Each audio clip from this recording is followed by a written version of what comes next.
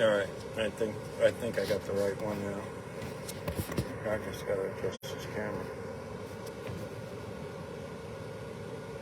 All right, so I'm doing this on the iPad. I guess the camera's over here. Yeah, I'm looking over here at the pencil that's charging. Just in tiny print. See, like a chat.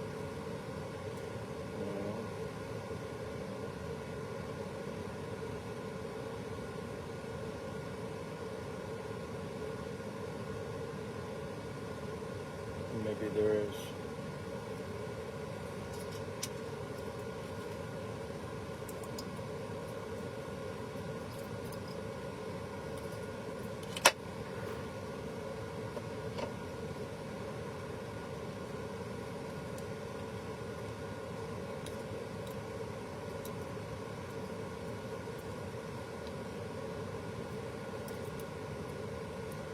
I can see now. Yeah, keep that light on.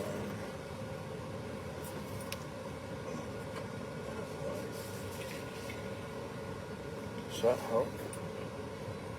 Yeah, it does.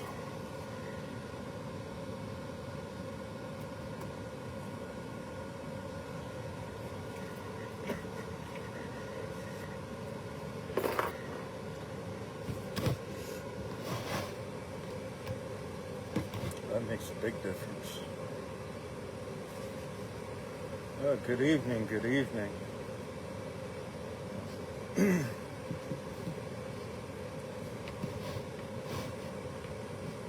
Alright, so that's the camera over there, that's the pencil. I got the keyboard set up and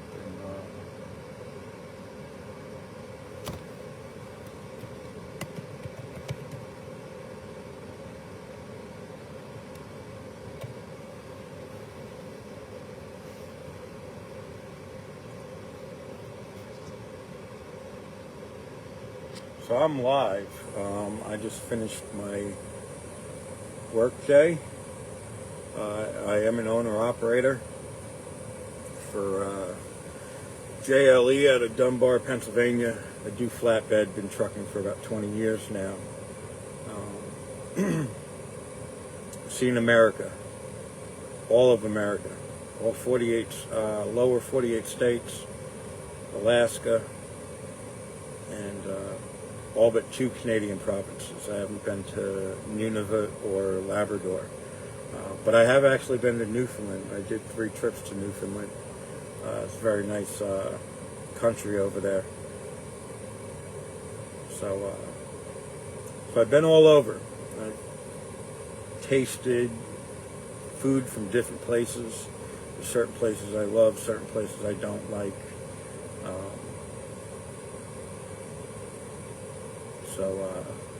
But I love what I do. I mean, I'm great at it. I've been a flatbedder for the past 10 years. I'm still doing flatbed. You know, we're the blood of the nation, transportation industry. Without us, you know, the last statistic I saw was within 3 weeks, if all the trucks stopped, within 3 weeks the nation would pretty much come to a halt. People would be dying off after about the second week.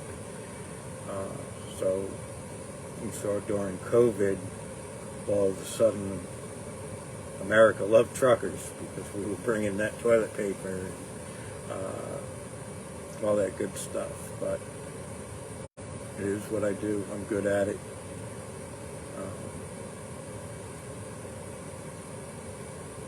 But I do have a family back in Salisbury.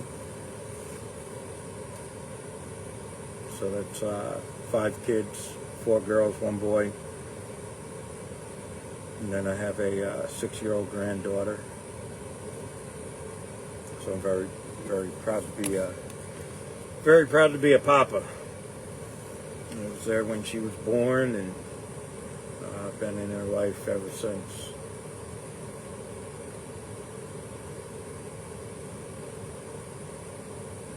think somebody had mentioned the beard, so I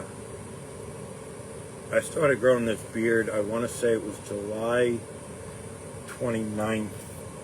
I'm trying to find my phone. I'll give you an exact date. Because something happened on that date.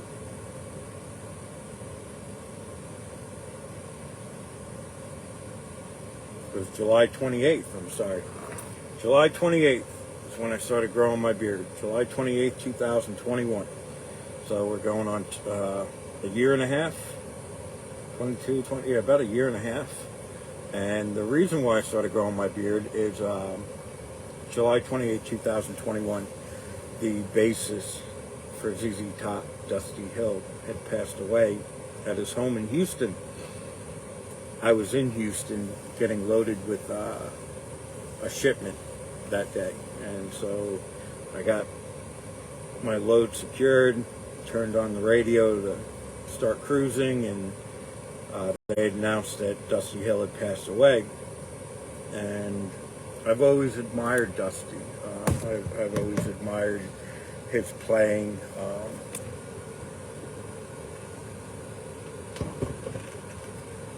To the point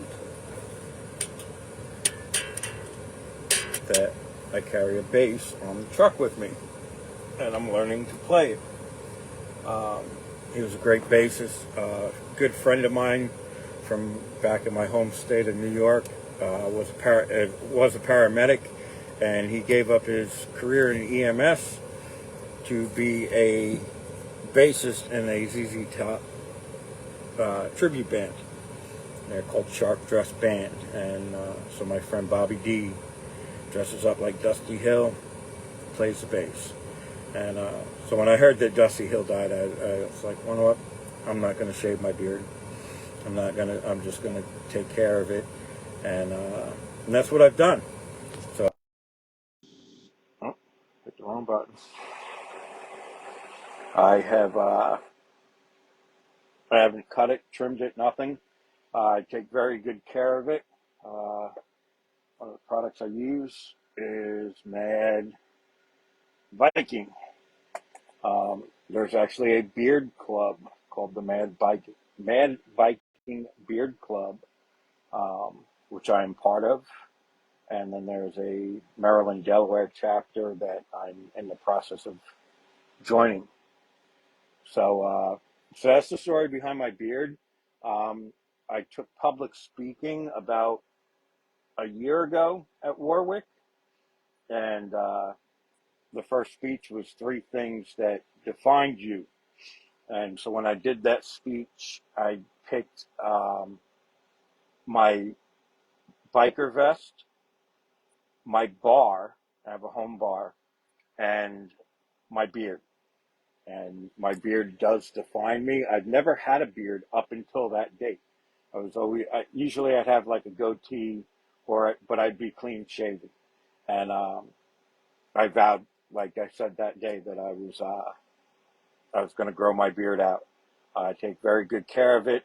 I'm like Marsha Brady with my beard. I comb it every day. I brush it every day, multiple times a day. I use special beard shampoo, conditioner, oils, butter, and everything. This is what defines me. I did dress up as Santa Claus this past Christmas for my granddaughter. She still knew it was me, but that was an awesome experience too. But I mean, I've gotten plenty of compliments on my beard from complete strangers. I've been stopped by complete strangers that just, they think the beard is awesome, and so it's mine. I take care of it. I love it. I don't know how long I'm going to keep growing it out. I was told by somebody that from Mad Viking that beard, has invested in beards. Um, a lot of beards are it's just DNA. Like, you can do all you want with it, and if it's in your DNA that your beard or your mustache, whatever hair is only going to grow 6 inches, it's only going to grow 6 inches. You can do add all the supplements you want. You can cut it. The old theory that if you cut it, it'll grow back in thicker and longer. No, it's in your genetics. So, um, you know, I am part of this group. David Linnell James has added me. I'm good friends with him. And so he added me to this group. He wanted me to do a live, introduce myself, and answer any questions anybody had, or things of that nature. So that's what I'm doing. Just sitting here I just crossed into South Carolina from North Carolina on Interstate 26. So I came out of Asheville. The shipment I have actually came out of Ohio.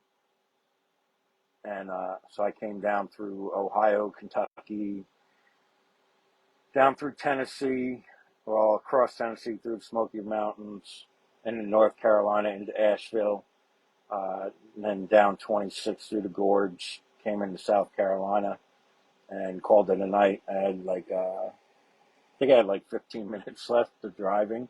So I pulled into this rest area, and just as I pulled in, it was the last spot right on the end, and I just kind of pulled right into it. And I'm like, yep, I'm good. I'm done for the night. Check my load, make sure it was still there. There was a dangerous truck in a construction zone, almost hit me, so I locked up my brakes. My shipment did slide forward a little bit, but it's still secured. My shipment is a coil. Right now, it is currently loaded in the homicide position. Had it been loaded in the suicide position, there's a good chance that it was coming forward.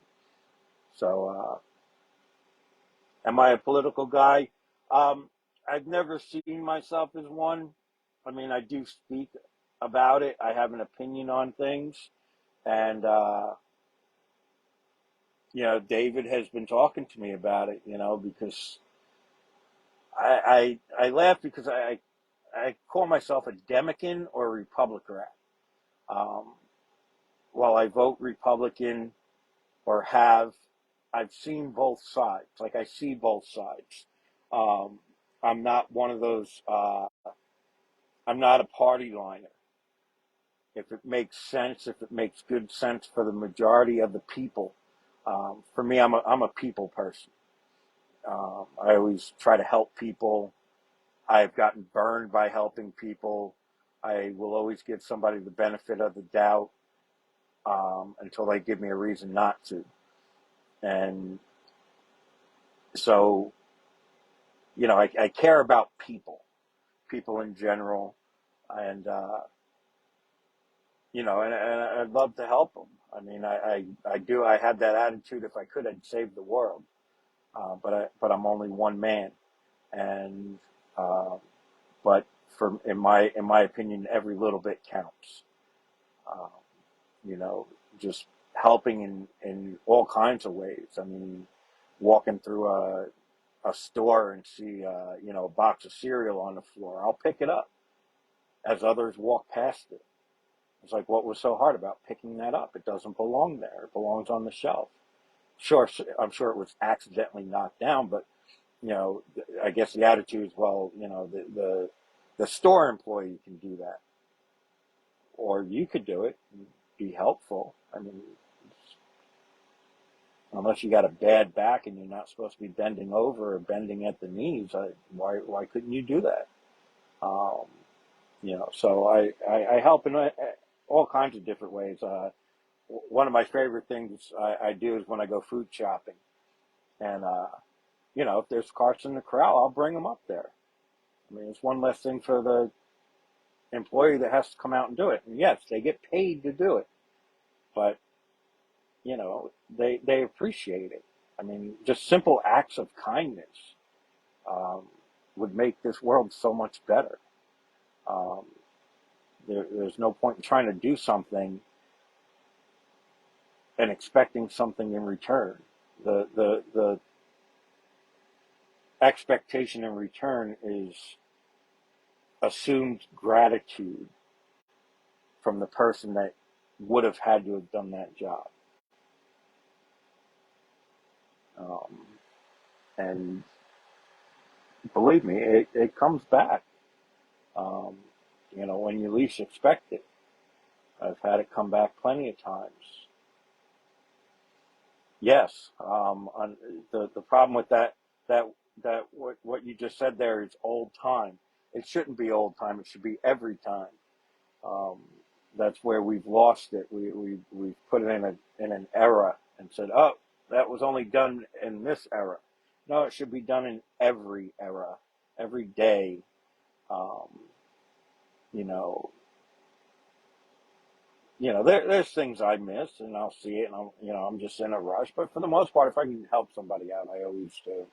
I've helped the other night I helped another trucker. Now I didn't have to. Um, I was done with my load. I was tarped and sitting in my truck, just looking at my phone, and there was a storm rolling in, and this guy's got to tarp his load, and I watched him roll his tarp out, and gust of wind ripped that tarp right up. So I got out of my truck and went and helped him. He actually did not work for the carrier that I drive, that I'm leased to. He drove for the competition. And so, some people would say, well, he's the competition. No, the truck is the competition. The person he works for is the competition to the people I work for. But that guy is a human being. He's a fellow truck driver. And one of the things I've always loved about flatbed, especially flatbed, is flatbedders stick together. They will help each other. If they see something wrong, they will help you. And that's what I did. I went over to him and said, hey, let me hold this side of the tarp down. You go get the other side, bungee it down, and I'll hold this side down so the wind doesn't pick it up. And, again, he was very appreciative of it. That guy got to go home that night instead of running out of hours trying to, spend 4 or 5 hours tarping a load that takes an hour to tarp when the wind isn't blowing. So he was very, very happy with that, and shook my hand, and I was like, dude, no worries. So I'm the same guy that will help another guy back into a truck stop or into a parking space. Um, I've been doing this 20 years, and even I have problems sometimes. Sometimes I'm like, one shot, one kill, back it right in. Other days I'm like, wow, did I even go to truck driving school? Like, holy, like that, this is taking forever. Um, but there are tight spots, and just get out and help somebody. I look at it. I tell people it's like a selfish thing. I'd rather help somebody get into the spot next to me than have to call the police and fill out a police report because he backed in and took off my hood. A, I got to go through all that paperwork. B, if he does enough damage, now I'm screwed. Now I'm not going anywhere. I'm not getting up the next morning and taking my load anywhere because he just took off my hood. I got to get a repair done. So, it benefits me to go out and help this guy too. And I say guy, when I say guy, I mean, I know there's lady drivers out here as well. Um, I give them much respect. Um, they get as much abuse out here um, in a male-dominated industry. But I'll tell you what, there's women out here that can hold their own, that are better than me in flatbed.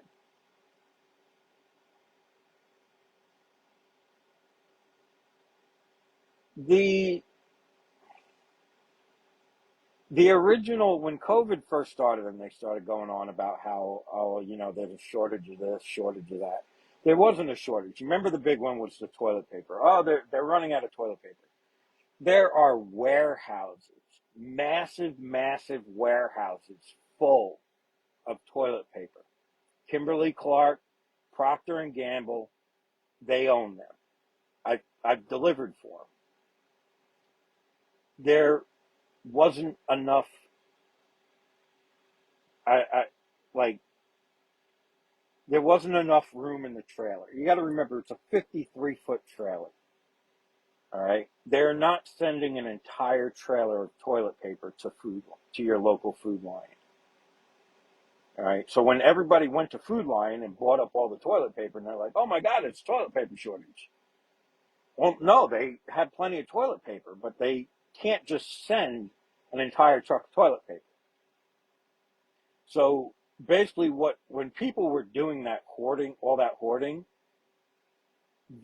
those hoarders were the ones that were actually screwing up the supply chain in America. Just because you run out of toilet paper doesn't mean more truckers get on the road. The same truckers that are out here are the ones that are out here now. And the trailer didn't get any bigger. So, a lot of this stuff is computerized. And so when you go to Food Lion and you buy your groceries and you scan all those barcodes, their central computer says, okay, well, today we sold 10 cases of ketchup. So the next order for that store will include 10 cases of ketchup from the distribution center. And it's automatic. Everything is automatic. Well, when everybody was buying up all the toilet paper, the computer system said, okay, well, we got to send, in addition to all the other stuff that we normally send, now we got to send 10 pallets of toilet paper. The only problem is the trailer only holds 26 pallets.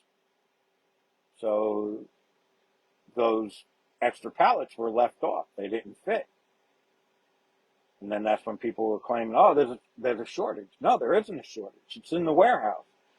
It just can't get to you because you bought it all up. Now you notice everything's back to normal because people stopped buying toilet paper, 10 cases at a time. And everything caught itself up. There was never a shortage of anything. And that's with anything. The trucks are moving.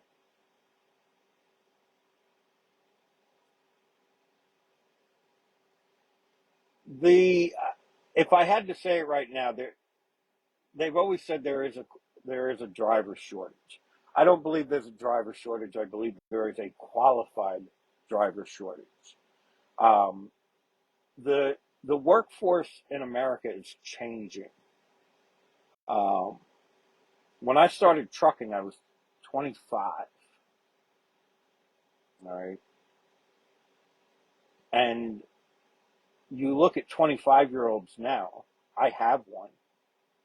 She's not driving a truck. My son-in-law is not driving a truck. They want to build computers and play video games. They don't want to drive a truck. So as the trucking industry gets older and retires, there's less truck drivers. Well, now there's less trucks. And so, there's less people hauling this stuff. And again, it's supply and demand. I'd asked one of the managers at Food Lion, I said, whatever happened to black cherry soda? Black cherry soda is one of my favorite sodas. He said, well, when COVID hit and people stopped going to work and the labor force got smaller, the soda manufacturer said, okay, we're going to concentrate on making the sodas that are selling the most. That was your cola, your lemon lime, your grape, your root beer. And the other ones that didn't, sell as well on a regular basis, they stopped making. They concentrated on what would sell. And that's really even with certain products. Remember, there was always like a wide array of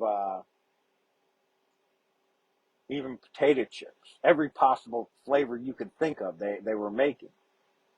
And you really don't see that much because the labor force got smaller.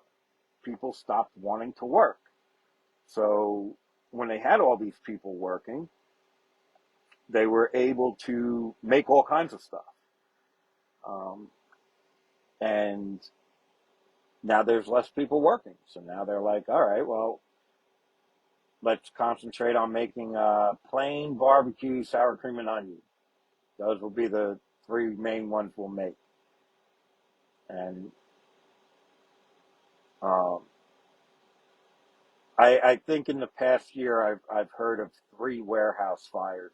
I was actually supposed to pick up at one. Um, that's 3. Um, I've been to so many I lose count.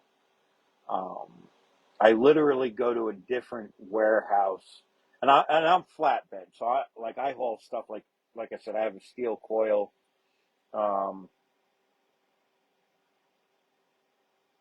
but I do like steel and lumber and things like that. And in reality, it's also rates. I mean, there's drivers that are just saying, you know what, it's not worth it to run. I'm not working. It's not worth it to me to run that truck. And there's less trucks out here to move stuff. And until the rates go up, I mean, even myself, last week, I grossed $4,000, if that. Take away my weekly expenses of, my fixed expenses are $1,900. So I start every week $1,900 in the hole. For those of you that are watching and you want to know, this truck is a brand new truck. It's 2023. My truck payment is $4,000 a month for 5.5 years. This is a $250,000 piece of equipment. That's just a truck payment. That's not the registration. That's not the insurance. That's not the road tax, the fuel tax, the my occupational accident, my supplies or my equipment, um, and all that. So that's nothing. $4,000 is simply for the truck itself. That's not including the fuel. Let's see. Today, I just stopped to get fuel a few hours ago, and I spent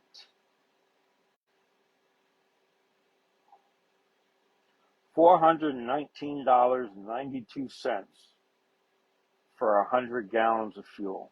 So it's $4.19 a gallon. Um, Truck gets 7 miles to the gallon. So let's do the math here.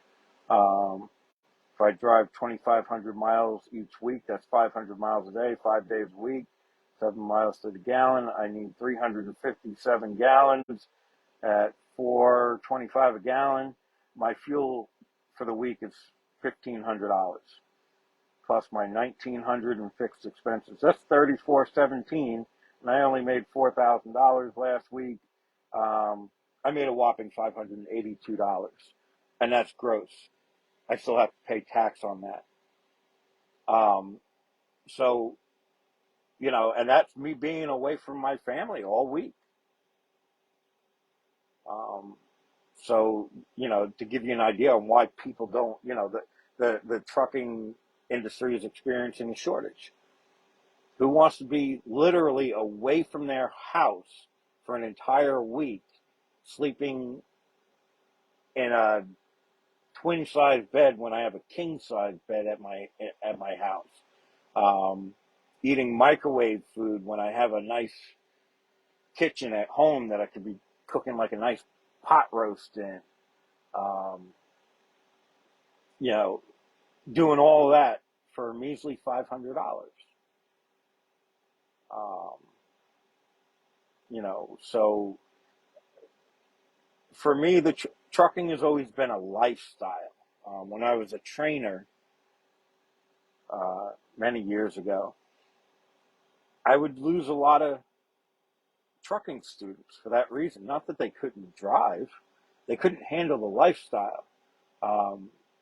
Remember, the only thing I got in this truck, I mean, it's kind of decked out. I mean, I got a nice, comfortable twin size bed. I have a TV, 5G Wi-Fi. I have my PlayStation here, refrigerator, microwave.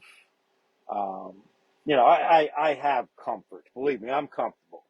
Um, even when I'm home, uh, if I have company come over or, out of town guests and all that, I let them sleep in my room and I sleep in my truck. I mean, it's just like camping. I can plug this truck in. It's got shore power. It's just like a camper. As a matter of fact, in the trucking industry, when the truck has no trailer, it's called a bobtail. Bobtail insurance is literally RV insurance, is all it is. It's the same coverage, same type of, coverage as if it was an RV. Because by itself, that's all it is. It's called non-trucking liability. And yes, it's like it's like camping for me. Um, but, you know, it's small and, you know, when you got a house at home, you want to be in this and um, this does not have a bathroom in it. So you got to take showers at truck stops. And they're awesome. I mean, truck stop showers, oh my God, I mean, they're better than my own shower at home. I mean, they're beautiful. There's some crappy ones, but for the most part, they're nice and huge and everything, Um, but still, some people can't do that. They can't shower, outside of their own shower.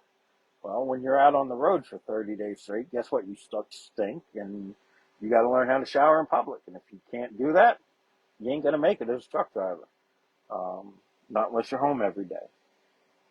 Um, so I mean, it's definitely it's a lifestyle. So I don't. It's going to be hard. Uh, Eventually, at some point, I'm going to have to give it up. They say truck drivers they don't retire. They just they downshift. Um, but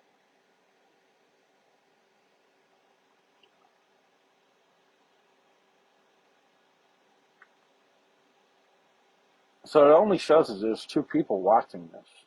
Did everybody go to bed? I mean, it's almost 11 o'clock. So.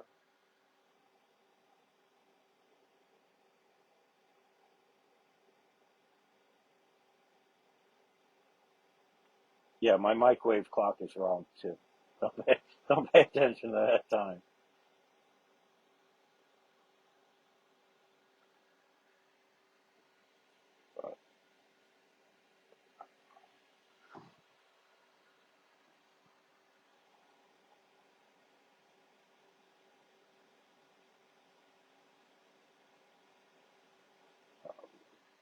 At any rate, like I said, I only see. I mean, it only shows two people watching, but um, I'll actually, David, if you're still watching, I'll have time tomorrow. So this load delivers tomorrow um, between 9 and 11. I'm probably going to be there like between 10 and 11 tomorrow morning, and then my next load doesn't pick up until Wednesday morning, and I believe um, it's only 100 miles away. So I'll actually get as close as I can tomorrow, and I should be done around 1 o'clock tomorrow afternoon. And then, like I said, I don't have to pick up. I believe it picks up. Again, these are things that I can just look and find out.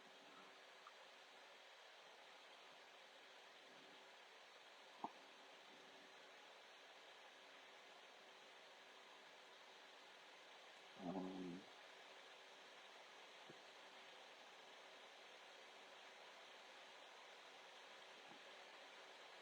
it actually picks up at 4:30 Wednesday afternoon. Oh no, between 8 and 4:30 on Wednesday, and then delivers the next day in Ohio, uh, which I don't have an appointment for. What am I picking up? I don't know what I'm picking up, but it does weigh 47,500 pounds.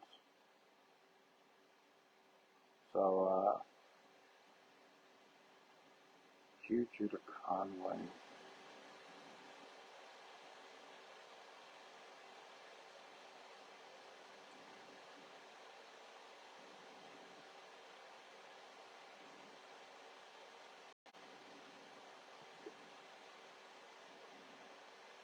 It's actually an 81-mile deadhead.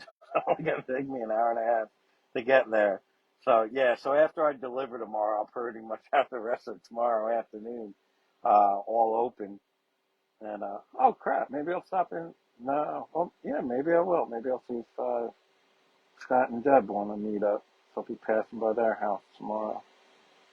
Um,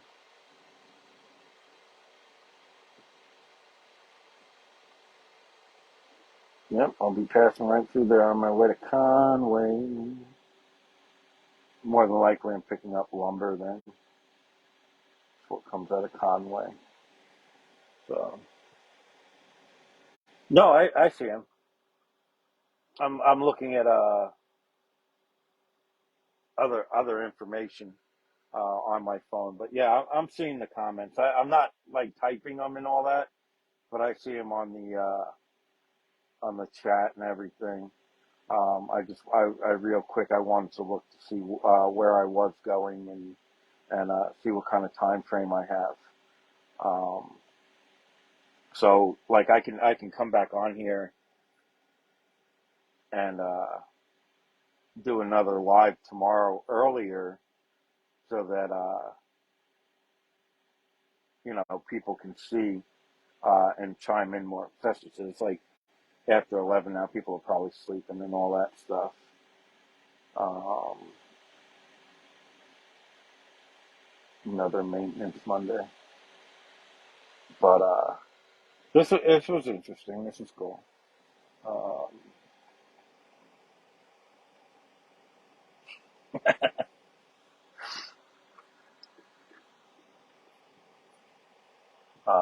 I haven't thrown in the official hat yet. I guess this is more of a get to know process right now, to know who I am, and go from there. So I've never held political office. I didn't even hold office in high school. Um, you know, but you know, but you know, remember Alexandria Cortez started as a bartender in New York and became a representative. Um, I mean, when you can go from a dive bar to holding political office and representing part of New York, I don't see why I can't be mayor of Salisbury. There we go. I got signal back. Um, yeah, I did. I lost signal. Um,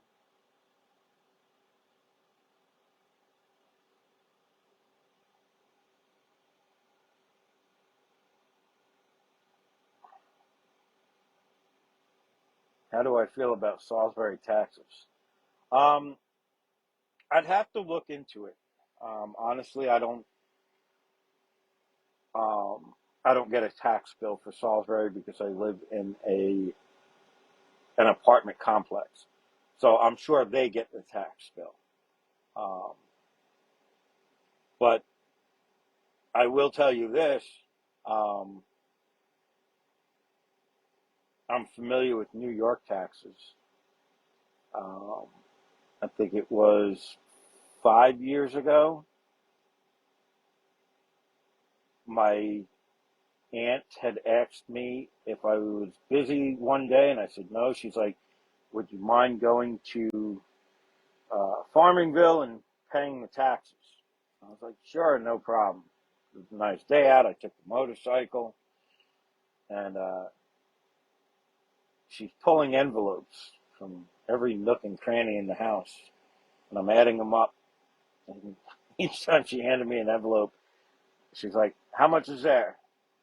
And I'm telling her and telling her. I said, "All right, I said, you got $7,000 here. She goes, okay, that should be enough. And I went and I paid her taxes. The tax bill for my aunt and uncle, who are 70 and 60 right now, for their house on Long Island, that $7,000 was for 6 months. Their taxes are $14,000 a year, and they're an elderly couple. It's ridiculous. Would I try to deconstruct things? Or deconstruct what wasn't working and beneficial and favoring a small group versus a larger group of the community. Um, so, I would, if it was wasteful, yes. But if it works, why do anything with it? If something's working, you know, there's no need to change it. Um, a lot of things that, like, I don't know, I guess for, and as, saying something like that is weird for somebody like myself who has ADD. I'm always, always going, always thinking, mind's always going. But there's still some things that I just leave the same, you know. Um, Things work certain ways. You leave them there. You leave them alone. Especially if they're self-sufficient. If something was created and it's running itself with minimal supervision, and it's not costing anything, leave it alone. It doesn't. It runs by itself. It's fine. Um, I always, that's what we always say. You take the trucking industry, for example. So for like 50 years, the hours of service regulations were never changed. Since 2005, they've been changed, I think, 8 times. They worked for 50 years. In the past 20, we've changed them 8 times. And they're still being proposed to change again. How would I handle the homeless?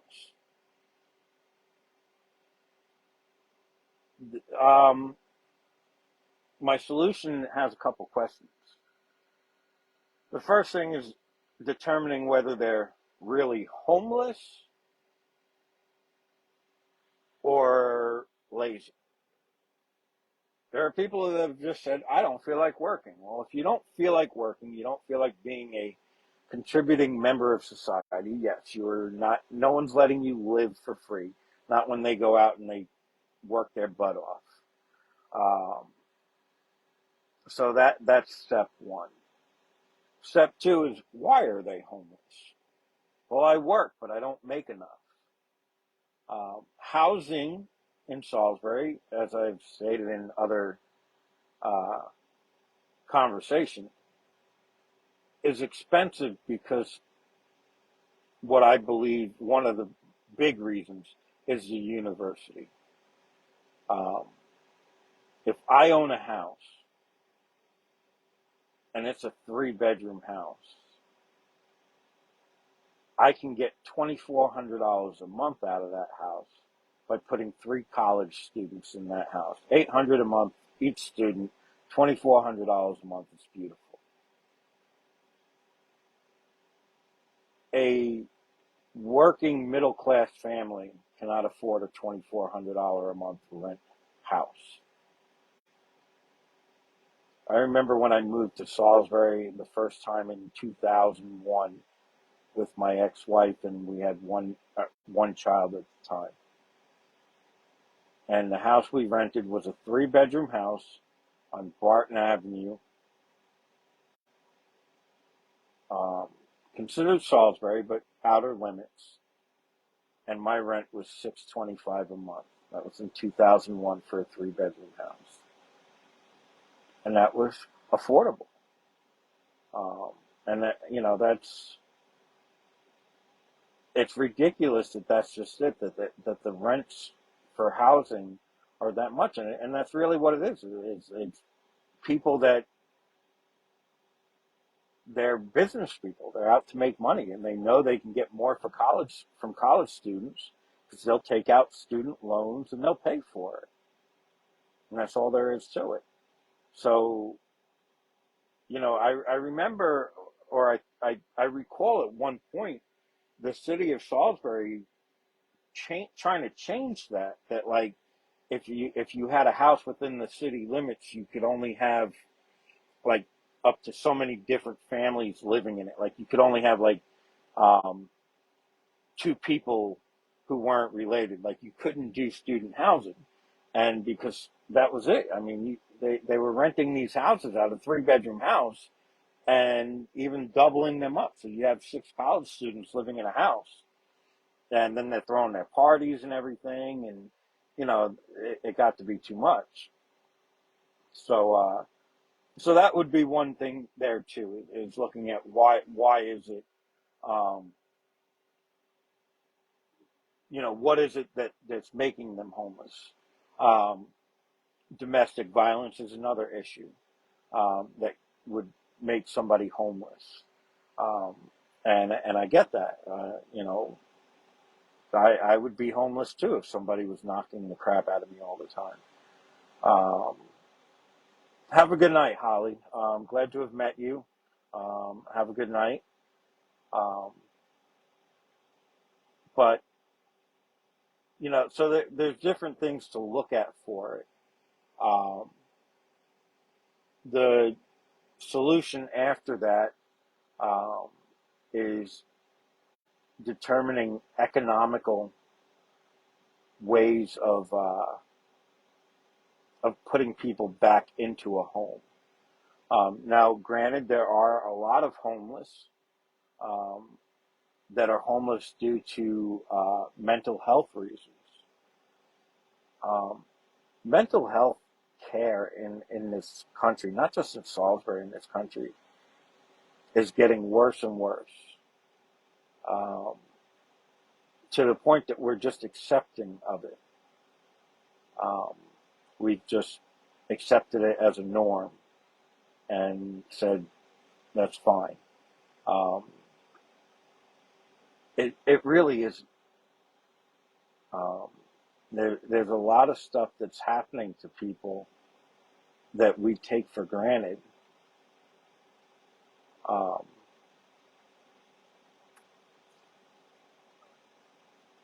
my feelings with law enforcement. So, um, I respect law enforcement in all aspects, but I do agree with those that comment that a lot of the issues facing law enforcement today have been brought on by law enforcement. Uh, Law enforcement was looked at as a group of people that really protected the people. Um, to give you a prime example how law enforcement has changed, um, where I'm from on Long Island is Suffolk County. Suffolk County police are the highest paid in the country, not New York, in the country. They are the highest paid police department in the country. They make more money than NYPD, LAPD, Chicago. They are the highest paid in the country. They used to charge, I think it was like $50 $150. It was $150. $150 to take the police exam. And you'd be waitlisted for years. The county made so much money off of simply the application fee for the test. Well, they got a new county executive, and he said, "You know what? As of this year, whatever year it was, the starting salary for police officers in Suffolk County will no longer be $55,000. It's going to be $40,000." The county took a 50% financial hit on the application fee for the Suffolk County police test because that many people are like, "No, I'm not going to do it." And that just 50% of the applicants only wanted to be a cop for the money. It's the only thing that's what guided them. As soon as they said, "Nope, we're going to pay less," they said, "No, but I'm not going to be a cop." All right. And the law enforcement has never really been held accountable. Um, they don't police themselves. They have an internal affairs bureau, and that's just, it doesn't do anything. Most law enforcement agencies are unionized, and that's the job of a union, is just to keep people employed. And even if they're bad, it doesn't matter. Their job is to keep you employed so that you continue paying your union dues, which in turn pays their salary. If they let you get fired, they lose money. And, so you have that issue. There are officers that are retiring for the very same reason, that it's like they're not supported anymore. But again, most of that was brought on by their actions, and they have this brotherhood of, oh, if you tell on another officer, you're a rat. Well, guess what? Now you see what happened when you didn't. When you didn't get rid of the bad apples, that saying, one bad apple spoils the bunch. And that's what's happening. And there's so many good police officers out there that are now facing tougher days because they themselves didn't want to, basically police themselves. They were too busy policing everybody else. And, they weren't being held accountable for their actions. And there were a lot of people that I think get into law enforcement just that, for the money. And they're not good cops. You read about I've never read more about so many trigger happy cops. Like, if you are that scared right out the gate, perhaps that's not the career for you. Like, if your first thought is right away to shoot to kill, perhaps this isn't the right field for you. You know, I feel, some of the stuff that I've read and seen where, the cops said, well, I felt threatened. And I'm like, what was the threat? And I just, I remember walking up to a Suffolk County cop, and just because of the size of me, right away he drew his gun and he's like, "Stop right there." And I'm like, I simply coming up to talk to you, and the fact that he was that,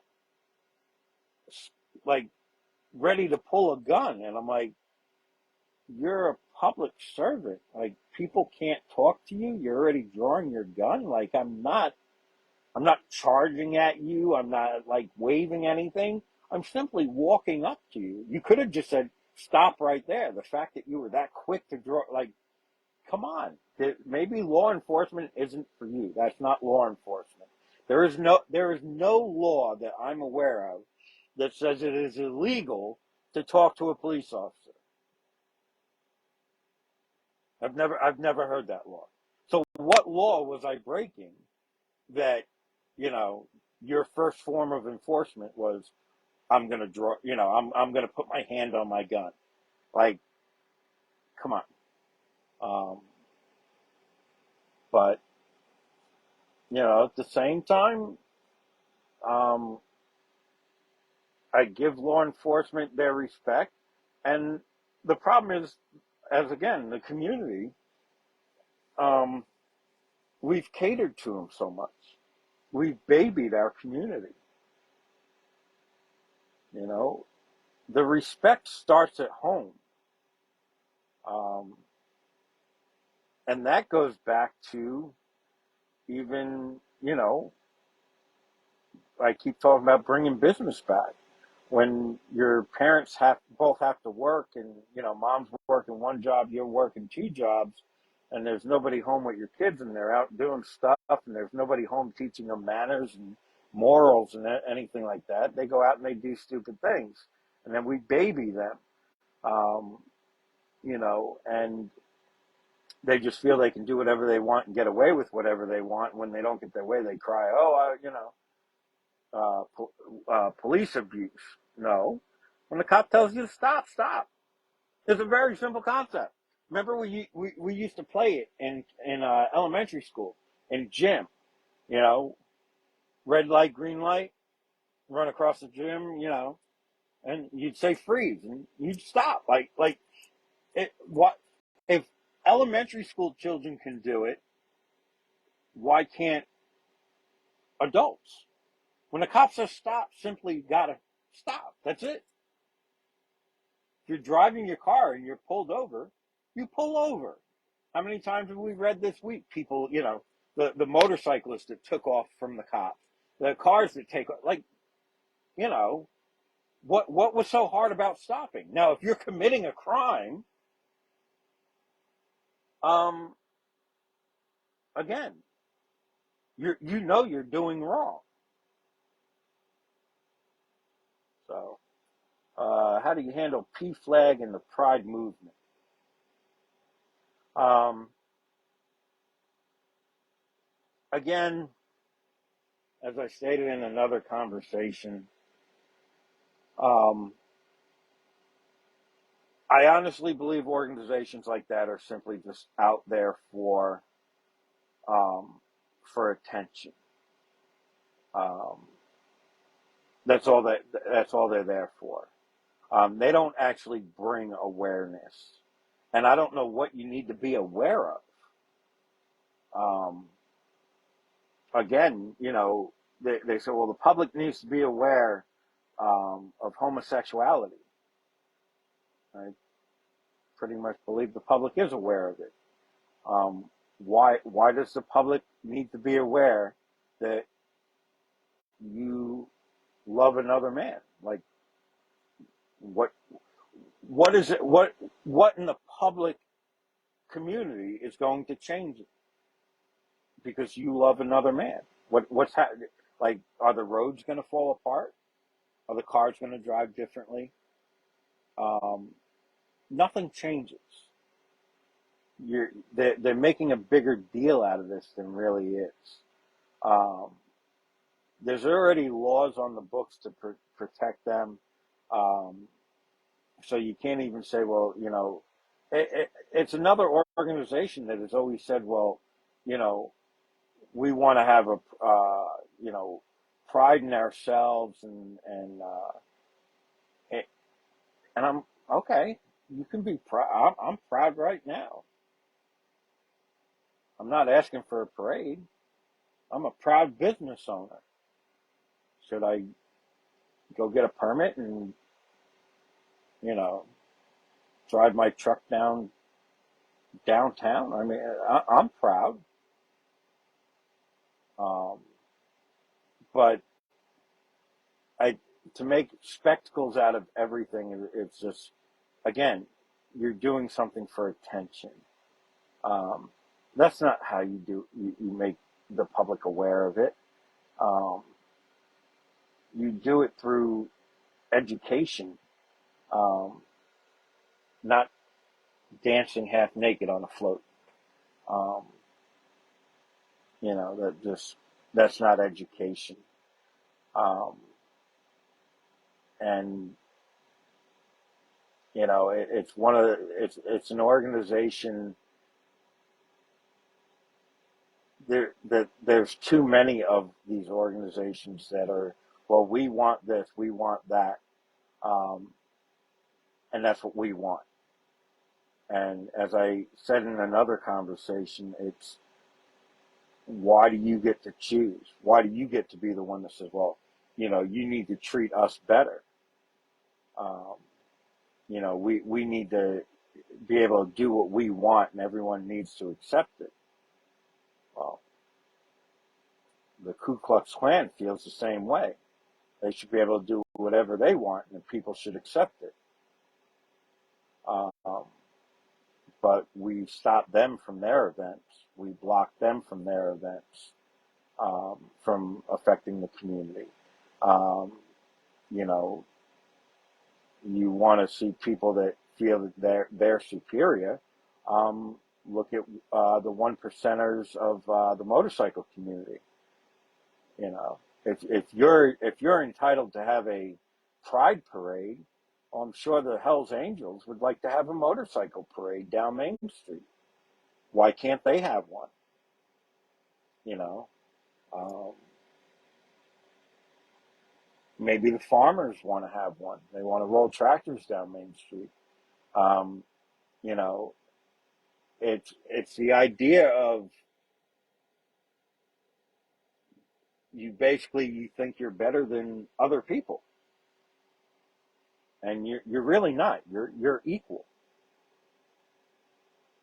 and you can't say that you're not.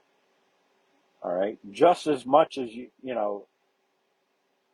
the goal is to change minds of people that you're simply not changing their mind. Um, and that's all there is.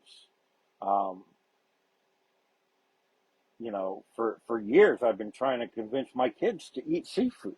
They don't like seafood. They're not eating it. I love it. They won't eat it. So do I starve my children? Do I say, no, you're either eating seafood or you're getting nothing? And that's how, an organization like PFLAG feels. You either do what we want or we're going to make a big ruckus. Okay. So you're using threatening force. Um, you've threatened to cause problems if you don't get your way. Um, Sounds like domestic terrorism to me. It's essentially what you're doing. You're telling the government you're getting your way or you're going to cause bigger problems. It's domestic terrorism. You just threaten the government. Give us our permit or else. It's a threat. You know. And this is coming from the same organization that says, um, we want equality. Well, that's not how you get equality. You don't threaten people. You don't fight people to get equality. You come up with formal, calm solutions. And as I said, I have no problems with homosexuals. Again, doesn't affect me. Has never affected me. Has never bothered me. You know, um, things bother different people. You know, I can tell you a story about a homeowners association that got mad because a family member painted her door purple. They didn't like it. They fined her for painting her door purple because the HOA felt that purple did not fit the color scheme of the rest of the community. So they fined my cousin for having a purple door. That's the same, pretty much the same concept. There's just people you're not going to make happy. Just let them be unhappy. As long as they're not hurting you. And if they are hurting you, there's a number. It's 3 digits long. It's called 911. Call them. You know. But other than that, just you can't. You're trying to force your ways on people. And the idea is, well, because that's what you believe. That's what you believe. You know, doesn't make it right. It may be right for you, but it's not right for everybody. Um, so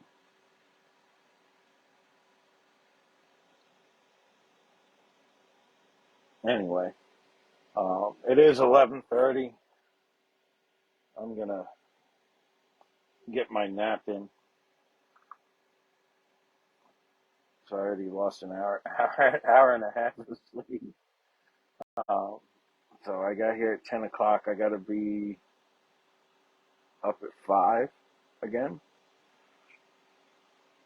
Get to this receiver, unload, take a 2-hour break.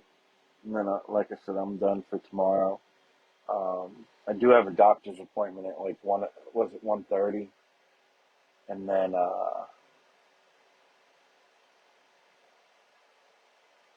you know, but tomorrow evening, if you want to do something, David, we can do this again. I'm fine. But I'm signing off. Hope you're the only one watching, but I guess these videos do save. You can watch lives later, and people can see who I am and hear who I am and my views on things. And you know, definitely, if you are a person that watches this later on and you feel like messaging me, um, go for it. Um, I tell you my feelings just as they are. I don't sugarcoat them. Um, and that's it. You take it for what it's worth. But I will tell you this, I am one of those people. If you want to know something about me, ask me. Um, you know, don't listen to rumors. Um, oh, he said this, he said that. Unless you hear it out of my mouth, I didn't say it. I've never been one of gossip and, water